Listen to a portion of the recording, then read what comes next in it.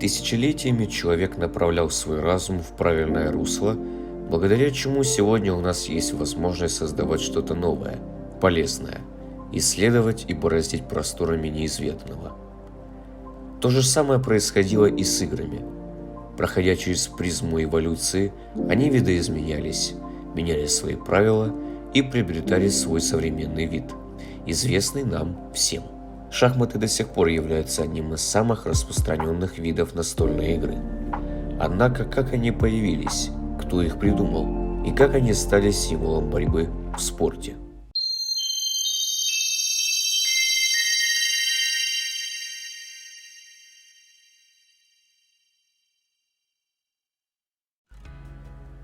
История шахмат насчитывает более 1500 лет. Впервые шахматы появились в Индии в V-VI веках до нашей эры. Не позднее VI века в Индии появилась игра чатурунга, которая имела узнаваемый шахматный вид. Главным отличием чатурунги от шахмат является наличие 4 игроков в партии. Ходы в партии зависели от бросков игральных костей. Чтобы выиграть партию, нужно было уничтожить все фигуры твоего оппонента. Впоследствии шахматы приходят и в другие края и начинают распространяться из Индии в соседние страны. Тем самым прародитель шахмат чатурунга претерпела ряд изменений. На Востоке она стала носить название шатранж, в Китае – сянцы, в Таиланде – макрук. А в IX-X веках игра постепенно перекочевала в Европу. Уже там, в Европе, были составлены классические правила игры, которые и поставили шахмат на путь к приобретению нынешнего вида, который мы с вами можем наблюдать во многих турнирах и чемпионатах Европы в наше время. Шахматные правила окончательно сформировались в XIX веке. В 1886 году был проведен первый чемпионат мира по шахматам. Первым чемпионом мира по шахматам принято считать выходца из Австрийской империи Вильгельма Стейница. Тогда была сыграна партия с Иоганном Цукертортом, которая и принесла австрийцу победу и титул первого чемпиона мира по шахматам. В середине XIX века возникает система международных соревнований. Сначала в виде матчей между сильнейшими шахматистами разных городов и стран, со второй половины столетия также и в виде международных турниров. В 1924 году была основана Международная шахматная федерация ФИДЕ. После смерти четвертого чемпиона мира Александра Алехина в 1946 году следующие обладатели титула определялись в результате системы спортивного отбора по правилам, утвержденным ФИДЕ. Популярность шахмат стала набирать обороты, и впоследствии мир начал фиксировать все новых и новых мастеров комбинаций и гроссмейстеров, благодаря которым возникали классические дебюты, гамбиты и начало в шахматных партиях. 20 век. 20 век стал главным этапом в шахматах, который разрезал красную ленту на пути к величайшим партиям и возникновению новых игроков на арене доски. Среди них были Пол Морфи, Хосе Рауль Капабланка, Александр Алехин, Эммануил Ласкер, Бобби Фишер, Гарри Каспаров, Анатолий Карпов и другие.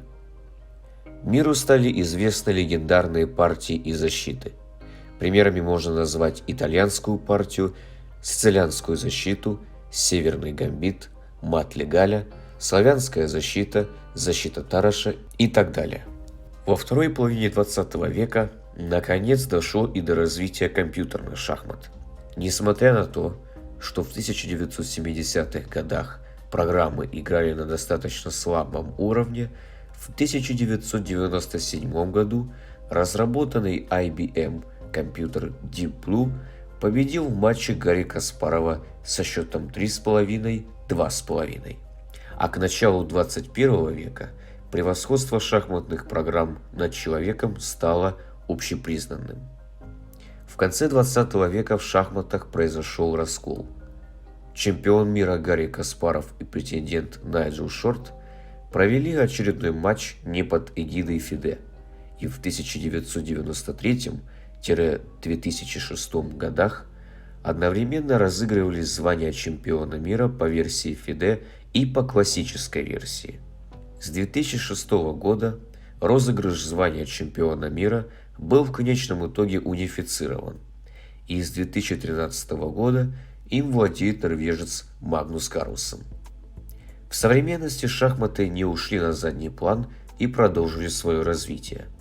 Стоит упомянуть Магнуса Карлсена, который внес огромный вклад в шахматы, в 13 лет став гроссмейстером. Самый молодой шахматист, возглавивший официальный рейтинг ФИДЕ в возрасте 19 лет и 1 месяца. В январе 2013 года стал обладателем самого высокого на тот момент рейтинга Элло за всю историю его существования – 2861 пункт.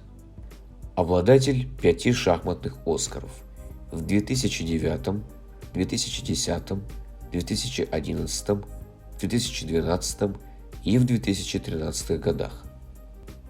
Третий шахматист после Карпова и Каспарова, завоевавший этот трофей 4 или более раза подряд. Одним из недавних событий в шахматах был чемпионат мира по шахматам в Дубае, где состоялись 11 партий между действующим чемпионом мира Магнусом Карлсеном и Яном Непомнящим. Чемпионат закончился победой Магнуса Карлсена со счетом 7,5-3,5 в пользу Магнуса Карлсена. Этот чемпионат запомнился многим любителям шахмат как сборник интереснейших партий в истории шахмат. Примером можно назвать 9-ю партию, где Ян Непомнящий совершил ошибку, которая не присуща шахматистам высокого уровня. Камеры смогли зафиксировать максимальное удивление Карлсена этому ходу. Более подробно рассказывать об этом событии сегодня я не буду. Если вы хотите узнать, что же там случилось поподробнее, то предлагаю вам перейти по ссылке в описании на ролик на моем втором канале, посвященном шахматам. Ссылку я оставлю в описании. Поинтересуйтесь. Ян, что случилось-то? Ё-моё, почему c5 сыграл? Ну, позиция такая, где у тебя всю партию либо получше, либо прям серьезный перевес. И в такой ситуации ты совершенно не ожидаешь, что в один ход можно все взять и растерять. В общем, мне очень не повезло. Один ход и все кончено. Ты был шокирован, когда увидел ход c5 на доске? Да, это, конечно, полный абсурд. Я, если честно, допустил зевок, когда сыграл конь g4, не заметил ферзь e1. Я просто остался без пешки. Но там мне повезло. Неплохая компенсация. Все в порядке у черных. Но вот после хода c5, конечно, полный абсурд. А почему тебе нравится слово абсурд употреблять? Ну а какое тут еще применить слово? У него реально шансов уже не было. Один зевок и все, партия закончилась. Даже немножко жалко Яна. Конечно, я испытываю больше удовольствия, когда выигрываю хорошую игру, а не получаю такую халяву. Но всякое бывает. Как ты себя чувствуешь? До этого чувствовал себя лучше. Подпишись, чтобы не пропустить новые видео.